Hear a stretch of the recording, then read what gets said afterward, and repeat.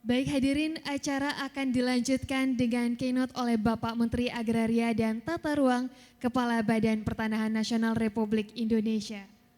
Untuk itu kepada Bapak Menteri dengan hormat kami persilahkan.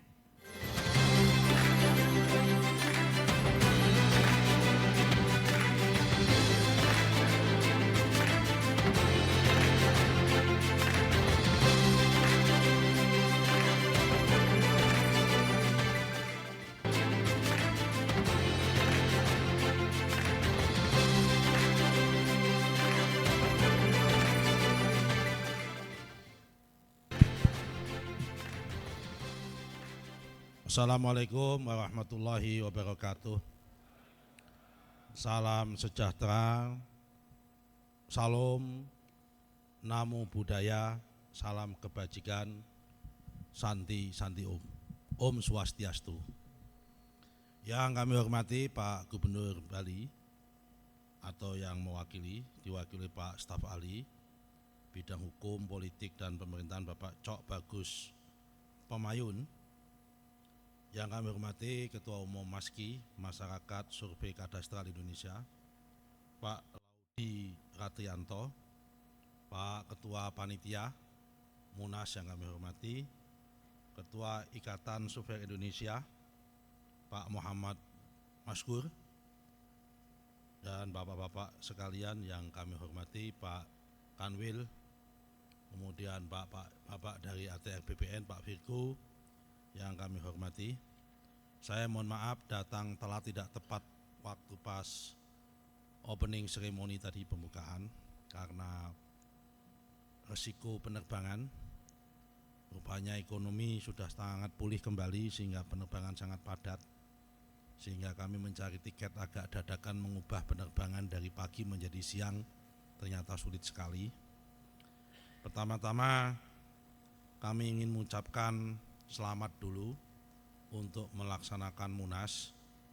Munas ini tentunya tidak hanya membahas dan memilih pengurus yang baru, karena biasanya kalau pengurus organisasi model-model kayak MASKI seperti ini biasanya kan tidak terlalu ramai untuk proses pemilihan ketuanya. Karena ya ini ujung-ujungnya kan ketua tidak menjadi ujung tombak, tapi juga sekaligus menjadi ujung tombok, biasanya kan begitu. Nah, karena itu kan berbeda kalau ketua partai, ketua kadin itu kan lain cerita. Tapi kalau ketua organisasi seperti ini kan harus dicari siapa yang siap menjadi ujung tombok, begitu biasanya begitu. Betul Pak ya? Nah, saya ingin menyampaikan beberapa hal berkaitan dengan masalah hubungan sinergi kita antara ATR BPN dengan MASKI ini. Karena kami di ATR BPN ini sangat sekali berhubungan dan membutuhkan MASKI. Makin baik MASKI, tentunya makin baik kualitas pekerjaan ATR BPN. Tapi kalau pekerjaan ATR BPN tidak baik, belum tentu juga itu tanggung jawab MASKI. Karena tidak semua pekerjaan pengukuran kadastral di ATR BPN itu dilaksanakan oleh teman-teman MASKI yang ada di luar, tapi juga teman-teman anggota MASKI yang ada di dalam arti yang ada di dalam ATR BPN. Nah, karena itu kunci daripada MASKI ini, peranannya saya dalam Munas ini, saya betul-betul minta tolong untuk membuat semacam standarisasi, quality insurance, quality control, sekaligus juga masalah code of conduct terhadap berbagai pekerjaan yang kita lakukan supaya produknya itu benar-benar, yang pertama produknya itu usable, dapat berfungsi dan dapat digunakan. Kemudian produk yang kedua adalah prudent, dalam arti tidak hati-hati dan mempunyai dimensi risk management, mempunyai dimensi ke depan yang itu mengenai prinsip mitigasi risiko. Bapak-bapak sekalian, kalau kita bicara manajemen risiko, tadi pagi saya juga mengikuti pembukaan pelatihan manajemen risiko di internal BPN untuk pejabat eselon 2. Risiko terburuk yang harus kita antisipasi di setiap pekerjaan kita ini apa? Harus kita rumuskan. Setelah saya dalami di dalam semua pekerjaan ATR BPN ini, suatu produk yang dikeluarkan oleh insan pertanahan, baik itu mulai dari pengukuran maupun mulai dari produk berupa SK maupun produk ketiga berupa sertifikat dan buku tanah, risiko terburuk itu adalah bisa masuk penjara.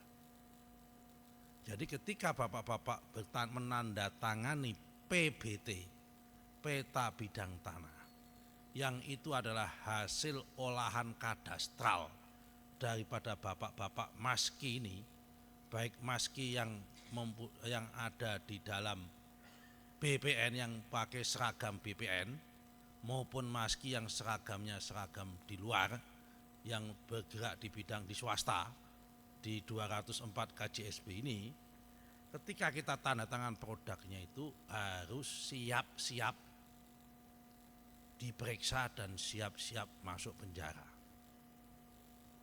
Kok ketawa? Memang ini kenyataan. Nah, kalau tidak mau itu maka harus prudent. Kalau nggak mau itu maka harus hati-hati. Maka harus betul-betul dicek satu persatu. Valid, solid.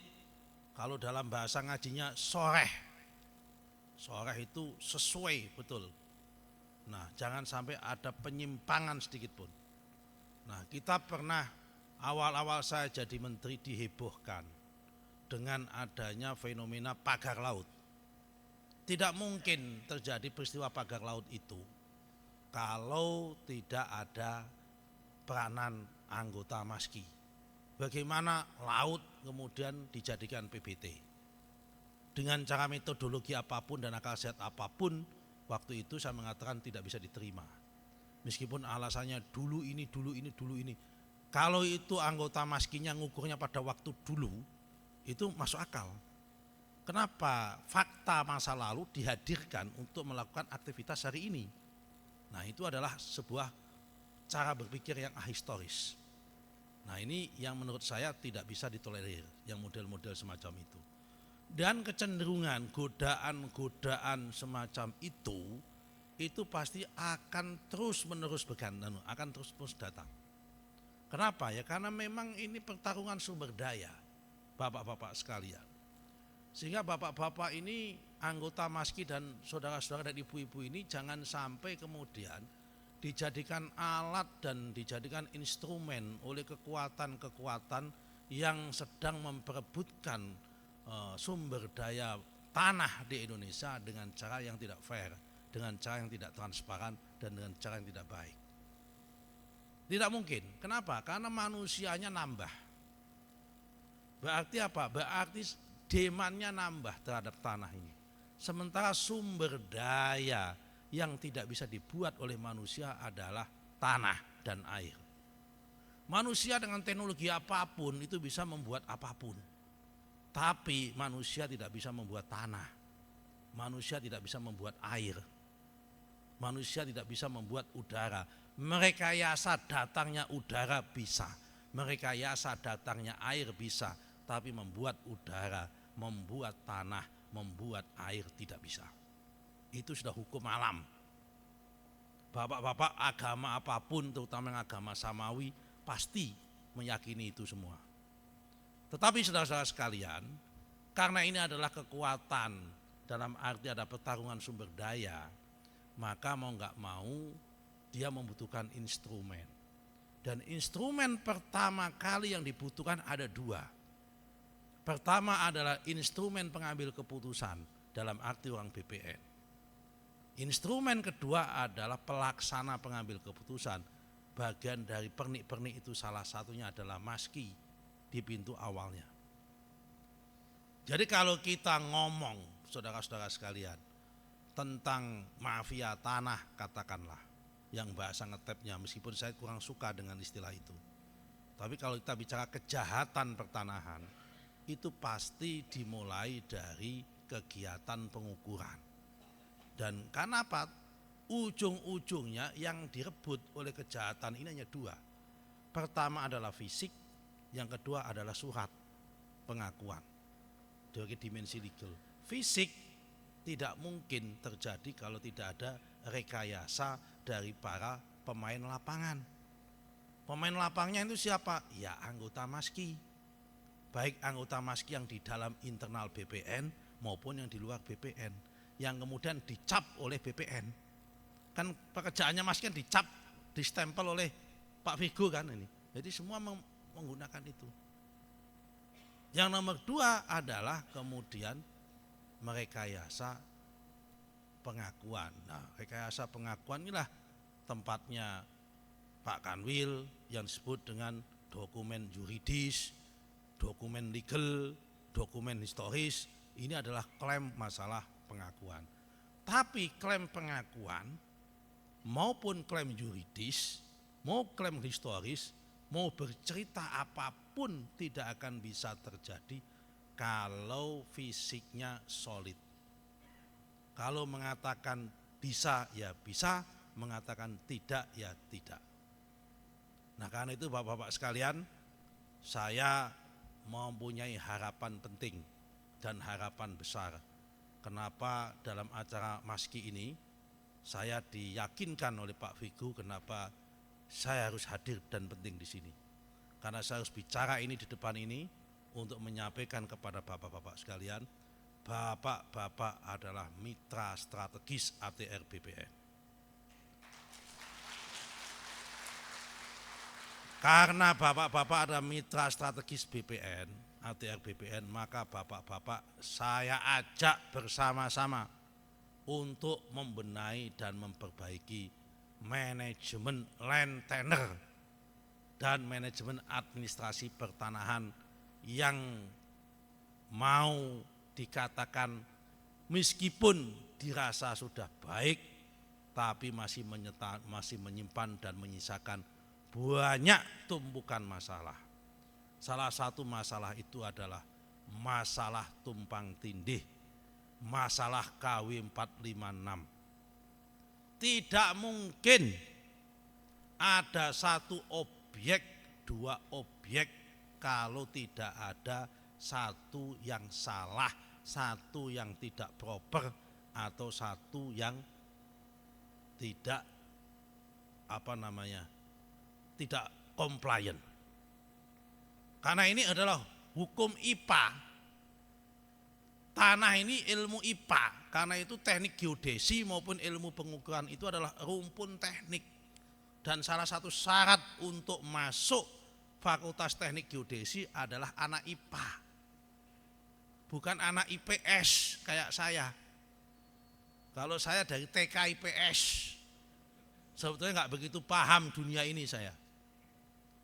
Kalau ilmu sosial masih ada kebenaran yang sifatnya biner. Ya kan? Kenapa? Karena kebenaran dalam ilmu sosial tergantung sudut pandang. Kebenaran dalam hukum selalu tergantung tidak tunggal. Kenapa? Karena hukum itu the art of interpretation. Hukum adalah the law, hukum adalah seni terhadap interpretasi. Tapi kalau kebenaran fisik, kebenaran yang sifatnya faktual fisik itu selalu tunggal dan sifatnya mutlak. Karena itu kalau ada satu objek kemudian menjadi dua, dimiliki oleh dua subjek, itu pasti di antara subjek itu ada, atau bahkan 3 subjek, atau bahkan 4 subjek, 5 subjek, terutama kalau pas pengadaan tanah, nah, subjeknya menjadi 5, menjadi 6, menjadi 7, semua orang ngaku, pasti yang benar hanya satu, yang lainnya salah. Dan untuk itu kata kuncinya adalah fisiknya. Kalau siapa yang megang dokumen fisik, sesungguhnya ada kebenarannya ada di situ. Kalau dalam informasi fisiknya itu benar, informasi kadastralnya benar, itu adalah ada di situ. Semua carut marut ini bermula dari informasi fisik yang tidak jelas, yang tidak komplit, atau alias incomplete information. Akhirnya Pak Virgo diminta untuk meraba-raba ini. Karena Pak informasinya tidak komplit. Semua akhirnya menggunakan kira-kira. Maka meledaklah kasus di mana-mana. Karena itu Bapak-bapak sekalian, PR besar kita. Masih ada 11 juta bidang KW 456. Sertifikat tanah yang di belakangnya tidak ada peta kadastralnya. Which is berarti ada 11 juta bidang. Mungkin 11 juta orang pemegangnya, atau lebih. Ya kan? Ini yang harus kita tuntaskan. Dan harus kita tahu di mana letak yang sesungguhnya. Saya tidak mau menyalahkan masa lalu. Karena orang yang menyalahkan masa lalu itu orang yang putus asa. Saya tidak bagian dari orang yang putus asa. Karena kami tertantang untuk menyelesaikan ini. Maka kita harus selesaikan masa ini secara bersama-sama, kerjasama semua pihak. Tidak mungkin, tak ulangi lagi, satu objek dimiliki oleh lebih dari satu subjek. Tidak mungkin, ya kan, satu istri dimiliki oleh dua suami atau lebih, nggak mungkin. Kalau satu subjek memiliki banyak objek biasa, ya kan. Kalau kok ketawa ini, dalam arti kalau satu suami memiliki banyak istri, banyak yang model begitu, ya kan. Banyak gitu yang model begitu. Tapi kalau satu objek, ya kan, dimiliki oleh banyak subjek, tidak mungkin. Nah, karena itu ini menjadi PR tersendiri. Sekarang kata kuncinya adalah teman-teman Maski, lakukan pekerjaan ini dengan proper, dengan compliant, dengan akuntabel, dan mempunyai pemikiran ke depan risk management yang sangat cetak, supaya ke depan jangan sampai kita pertanggungjawaban produk kita diragukan oleh orang lain. Kata kunci adalah pertanggungjawaban produk. Produk itu akan menjadi kredibel kalau prosesnya juga kredibel. Dan yang paham tentang proses itu adalah bapak-bapak sekalian. Selamat Munas, tolong masalah ini kita pikirkan dengan baik. Kita buat code of conduct yang baik, kita buat tata aturan main yang baik, sehingga publik, rakyat, pemohon tidak dirugikan pada kemudian hari dengan mempunyai informasi yang sejelas-jelasnya tentang hak kepemilikan yang dimilikinya. Jangan sampai hak kepemilikannya atau land tendernya menjadi kabur, hilang, karena apa? Karena kesalahan Maski tidak menampilkan kadastral yang tepat, kadastral yang jelas, yang transparan, sehingga pengambil keputusan, teman-temannya Pak Virgo yang di sebelah sini, para tim penetapan hak itu membacanya kabur atau membacanya menjadi tidak jelas atau kemudian ditafsirkan yang berbeda-beda. Ini harus jelas produknya. Nah, karena itu kita masih banyak pekerjaan. Tahun depan ada sertifikasi tanah Agrinas 3,4 hektar yang sudah diambil alih pemerintah. Ini juga butuh pengukuran. Saya kira tim-tim internal ATR BPN tidak mungkin bisa mengukur sendiri karena jumlahnya separate, terpisah di 17 provinsi, pasti melibatkan bapak-bapak, ibu-ibu sekalian. Karena itu sekali lagi kami mintakan Pak Ketua, tolong ya kan dibuat peraturan tentang kalau perlu diwajibkan. Saya lagi membuat Pak Virgo membuat peraturan semua surveyor independen yang di dalam KJSB semua harus mempunyai sertifikat. Ya kan? Sertifikat risk management, sertifikat apapun yang intinya itu adalah integrity. Kalau perlu sertifikat yang ditandatangani oleh malaikat, kalau perlu. Ya kan, kadang-kadang Kalau sertifikat tanda tangan ini manusia ini masih bisa diotak-atik kadang-kadang itu, tapi kalau udah malaikat kalau perlu, ya kan, kalau perlu itu supaya apa? Supaya benar-benar integriti daripada teman-teman di lapangan itu bisa dipertanggungjawabkan. Terima kasih. Selamat sore. Assalamualaikum warahmatullahi wabarakatuh. Ya kan, merdeka.